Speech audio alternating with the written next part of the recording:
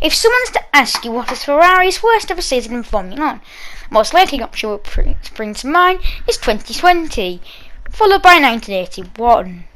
But my opinion, there was one that comes quite close to them. It's the 2014 season, with a new regulation change, a massive one. People thought they could become champions, but they only finished fourth, so it went wrong for Ferrari in 2014. This is also the year when nose has changed for some reason. So let's take you through some of the glorious ones. The Mercedes actually. Alright, that was the Williams one. There's the Red Bulls one. There's Ferrari's one. It looks like a Hoover. That's the Williams one again. That's the Toro Rosso one. That's the Red Bull. That's the McLaren one. That's the Lotus one, which is my personal favourite. It's got two of those weird pointy looking gonzo nose things. Isn't it just beautiful? Yeah, seriously, who came up with these rocket changes? There were Forza Indias, probably the longest of the gonzo noses. The Saubers, who probably comes close to the Forza Indias of gonzo noses.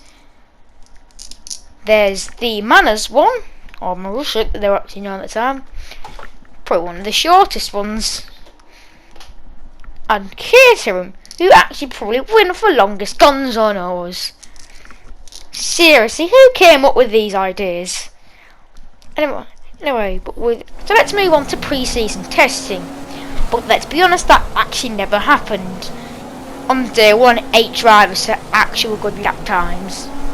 I mean, if it meant Marcus Ericsson was 8th, then you know something's gone clinically wrong for your testing session.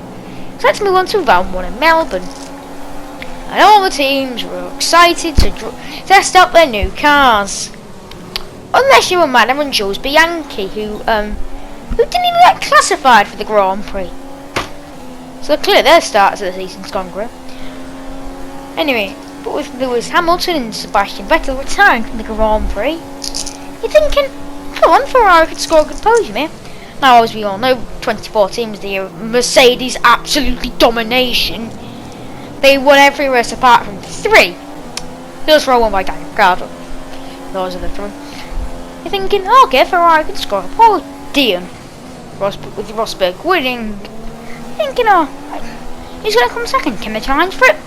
Daniel Ricciardo came second. Thinking, come on, surely they have to finish 3rd. Oh no, they didn't. Some young Danish kid called Kevin Magnussen, never heard of him, finished P3, which then became P2 later because of reasons. Jenson Button finished 4th, and then we finally get to Fernando Alonso in P5. Apart from it wasn't P5, as Daniel Ricciardo got disqualified, so it's P4. So with arguably the 3 best drivers on the grid, all out, they still couldn't score a podium. And if Kimi Raikkonen, he finished 7th. It's here for things to come. We're off to Malaysia, and apart from Bernie Ecclestone telling Lewis Hamilton having fun at helmets was not allowed, and nothing much really happened here. Fernando Alonso gets accustomed to his usual P4, and Kimi Raikkonen finished 12th. Aside carrying out the points, that's something I have to get used to. As F1 teams headed off to Bahrain, things went quite well. Lewis Hamilton and Nico Rosberg had their famous desert duel, and so you're thinking, and both Forza Indians finished inside the top 5. You're thinking, okay, can Ferrari do well? No. They finished 9th and 10th. They scored the last 2 point positions. They took 3 points home. Nico Hulkenberg did more than that. And so with them, their spirits about as high as a non-alcoholic, we all moved on to China on... Whoa, hang on. It's a miracle. It's a Fernando Alonso on the podium. Yes, Fernando Alonso managed to score his first and penultimate podium of the year. He finished in 3rd, behind the 2 Mercedes, and Kimi Raikkonen Yeah, he kind of finished 10th. He kind of finished 8th. So not bad. And with Fernando Alonso's spirits high, we almost lost to his home Grand Prix, where he'd finished 6th. And Kimi Räikkönen finished 7th. To be honest, for Kimi, that's not bad. And we moved on into the Monaco Grand Prix. Fernando Alonso did Fernando Alonso things and slipped back into his customary P4. And then we all know what happened down lower. Jules Bianchi was on to score his first ever points in F1 and Man's first ever points in F1 before Bernie Eccleston decided fun was about as much fun as watching paint dry. So he gave Jules Bianchi a penalty. But clearly Kevin Magnussen and Kimi Räikkönen felt bad for him. So just decided to crash at the hairpin to on back into P9 with some points. Oh come on Kimi. Kimi Räikkönen though would actually manage to recover from the wall and finish P10. Not bad. I mean it's still 1 point, but I mean it's not the worst. Certainly not the worst thing that can happen this year. Anyway, I mean now F1 moved on to Canada, a race that is pretty famous for Daniel Ricciardo's first win. For me, it's the race that had 10 cars finish, and so with the likes of Lewis Hamilton, Felipe Massa, Sergio Perez, all loads of running. Where do you think Ferrari finished? If you guessed P6 and 10, then you're correct, my friends. Kimi Räikkönen literally finished last. He finished last! Now would you like some of the cars that finished ahead of Kimi Räikkönen? They contained Valtteri Bottas, John-Eric Verne, and probably my favourite, Kevin Magnussen. Oh please, can someone help Kimi? Anyways, we went on to the Austrian Grand Prix. Williams in qualifying, remembered who the hell they were, and got a 1-2. And the race they finished 3-4. Ferrari boys Ferrari, it wasn't a 3-4. In fact, it was a grand total of a 5-10. A 5-10. Can Kimi Räikkönen finish above P10, please? That's three races on the trot. He's done that. Actually, I've made a mistake. What? Yeah, sorry. Sorry, what I was saying earlier. Kimi Räikkönen actually finished 12th in Monaco, not P10. Sorry, mate. Yep, so it's a 4-10 in Austria and a 4-12 in Monaco. Sorry for the confusion. Anyway, as we all went to Great Britain, God save the King, we had a bit of a different race for Ferrari. Whilst Fernando Alonso had arguably the battle of the season, or battle of the decade, definitely best battle of the season, Kimi Räikkönen crashed out on lap 1. Caused an hour-long red flag, and just yeah. For God's sake, give me. Anyway, we went off to the German Grand Prix. And Fernando Alonso did Fernando Alonso things, finishing P5. Kimi Räikkönen finished 9th. Can we please get that man a good result? And now on to the final race before the summer break, and oh my God, it's a miracle. Fernando Alonso is leading the Grand Prix. There's only 5 laps to go, and that was only 4, and that was only 3. Oh, for goodness sake, Daniel, why do you have to spoil Ferrari's fun? Yes, Daniel Ricciardo did what Daniel Ricciardo does best, and spoil people's fun and have fun for himself. Just as Max Verstappen after Mexico 2018. To be fair, Max won and Ricciardo then failed that race, but that's not 2014. Off that. But Fernando Alonso is still managed to score 2nd, and whilst his team was on the podium, Kimi Räikkönen actually managed 6th place. That was probably one of their best weekends of the year for Ferrari. And now it's on off to Spa. And for, I think, the only time where both cars finished, Fernando Alonso is beaten by Kimi Raikkonen. Alonso coming in 7th, and Kimi Raikkonen taking his best result of the year and P4. Lovely jubbly. Now on to Monza with a decent race behind Kimi. What do you think he did? He did the most Kimi Raikkonen thing ever that year and finished P9. Let's go on to our boy Fernando Alonso. Oh, great. Never mind. He's out of the home Grand Prix for Ferrari. Can we just end the season now, please? Yes, Fernando Alonso retired from his home Grand Prix. Not his home Grand Prix, Ferrari's home Grand Prix. Jesus Christ, I'm saying some weird things. Anyway, now that we're on to Singapore, where Fernando Alonso did his Fernando Alonso and finished P4. Raikkonen finished something different this time. Being at 4 races in a row, we finished something different. He finished P8. Now on to the Japanese Grand Prix, and if you know what happened, it was quite a sad one. If you don't know, then let me give you a little lecture. Adrian Sutton hit the wall. It was quite soaking wet conditions, so I was not surprised that he had hit the wall. Well, but because it wasn't on the track and the gravel, despite there being a tractor and a bunch of marshals there, the FIA didn't throw out anything. Now at the time, the virtual safety car wasn't a thing, so either a red flag safety car or nothing. So double with yellows for chosen. And unfortunately, just a lap later, probably the saddest day in F1 history since 1994 happened. Jules Bianchi aquaplaned off and hit the tractor. No, he just didn't hit the side of the tractor, he went under the tractor. There is on board footage, I haven't watched it, but yeah, probably quite gruesome. I mean, a man dies in it, so yeah, viewer discretion is advised for that, if you want to go watch that.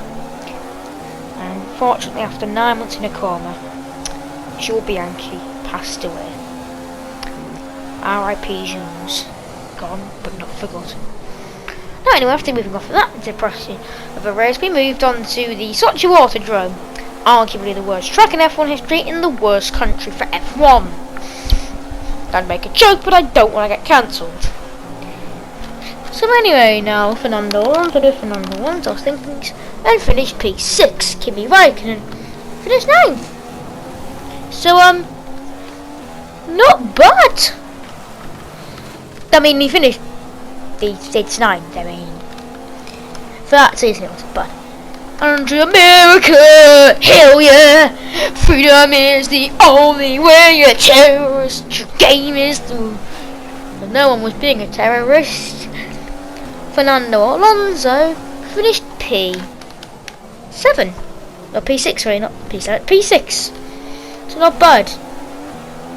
And Kimi Raikkonen, he finished 13th. Behind my favourite start of the weekend, he finished behind Pastor Maldonado.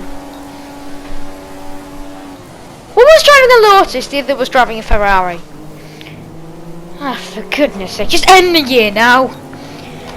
But oh no, we had to wait for that, as there are 2 more Grand Prix to go. And in Brazil, Fernando Alonso completed his hat-trick of P6s, finishing in 6th. And Kimi Raikkonen with an alright side in 7th.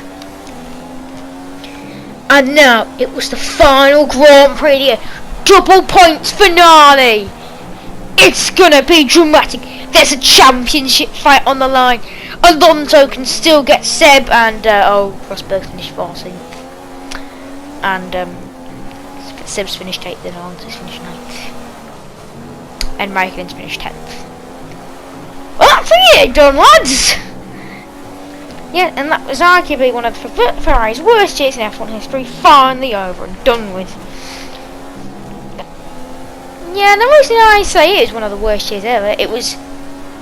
Look, in terms about the other 2 I mentioned at the start, that was, in terms of result, that was the best. Fernando Alonso finished P4 quite a lot.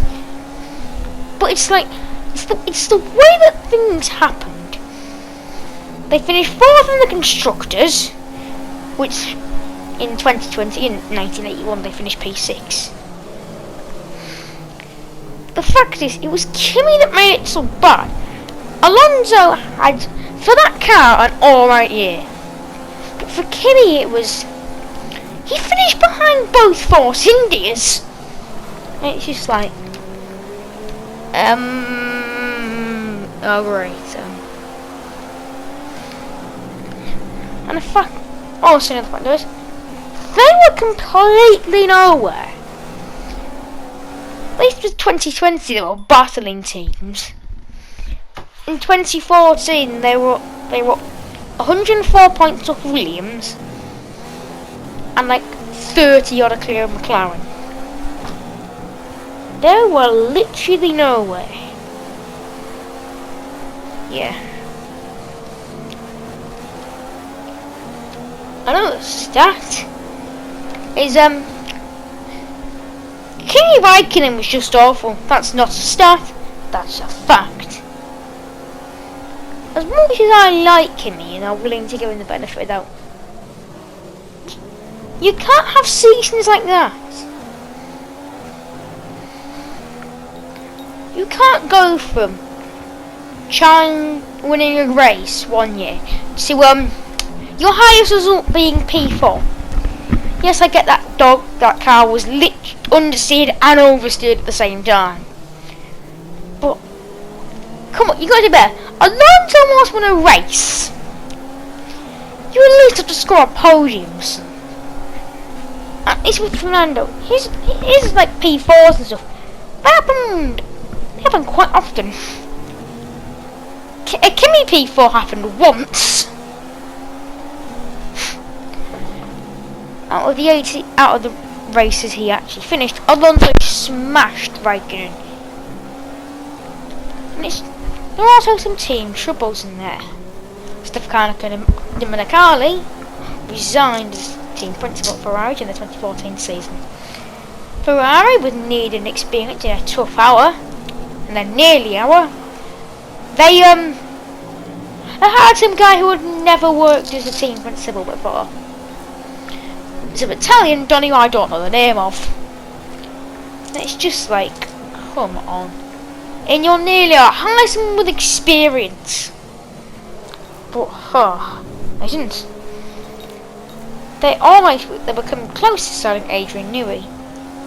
And I mean close, they chucked literally everything at him, plus a kitchen sink. They practically gave him, they may as well have just made him king of Italy. I know Italy doesn't have a king, but they may as well have made him. They offered him double his pay at Red Bull, complete control over the work cars. Yes, not just the F1 car, the road cars. Yes, if you owned Ferrari, let's say you theoretically signed a contract, then if you bought a Ferrari that nowadays, you'd be driving something made by Adrian Newey. I mean, Adrian Newey, in my opinion, is the best in the business. He'll be the greatest designer in F1 history. And so I get why they took the money at this, but we don't think it's a bit much giving him control of road cars. Newey also recalls having sleepless nights deciding whether he should take it. He eventually decided not to in the end, as he wanted to stay loyal to his boys at Red Bull. I mean, he's been with them since the very start. And he'd also worked with Williams in the past. That probably wasn't a factor, but it's not been said publicly it was a factor, but like, it probably was. What else went wrong that year? Practically everything. Again, as I alluded to earlier, that car oversteered and understeered. You need to get a balance of it. Not at both. I get Fernando and Kimi favoured different things, but come on, you can't have both because then it won't work. Yeah, that's a bit. That was an awesome thing. Yeah. It was also seemed quite funny to find out with Felipe Massa had finished ahead of the guy who they replaced him with. I don't want to call Kimi Ferrari awful, but it never lived up to any hype. He was supposed to bring in a fresh new light for Ferrari when he had won a races in Lotuses. And what does he do? He finishes 12th and doesn't win a race until the last 2 races for the team. It took him to his last 3 races for the team to win a Grand Prix in 2018. By then he'd already announced he'd been replaced by Charles Leclerc. And yeah, things weren't looking great. Only had to be teammates with Antonio Giovinazzi for 3 years. That sounds like as much fun as watching as the Mexican Grand Prix. Jesus Lord, that was boring. Wish I'd just watched Russell Howard. Anyway, and I can't think of anything really more that went on in the movie. It's just overall, you need a strong team. You need a strong leading team, especially to cope with the ego of Fernando Alonso back then. They couldn't do that. Fernando Alonso called out many times the team principal, saying he was inexperienced and shouldn't be at this job. I mean, you can't really just say that to your boss who has the power to fire you.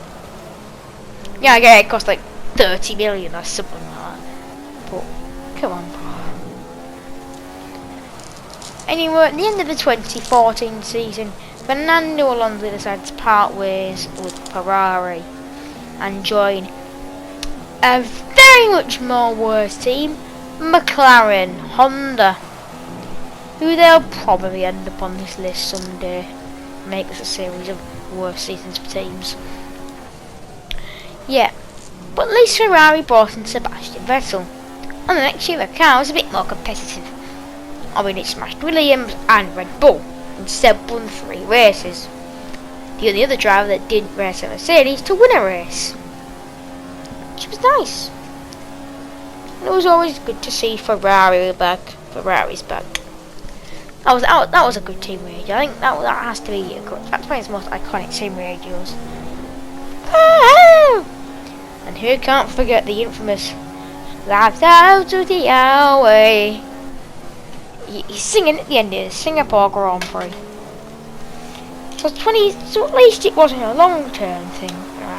Well, you know, it's just one season of utter poo.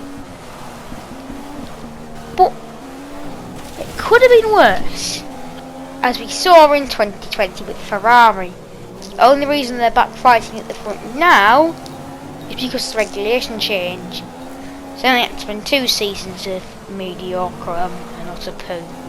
I mean, 2020 was the complete nightmare. 2021, that actually wasn't bad. I mean, they came close to winning a race. They came closer than the 2014 lot did.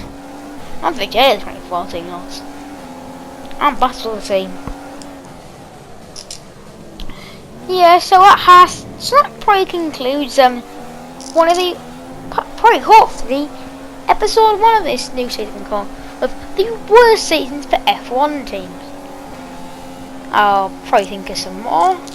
But yeah, if anybody actually decides to comment on this video, which is unlikely. I mean, there's about 5 subscribers, and I always make these videos fun.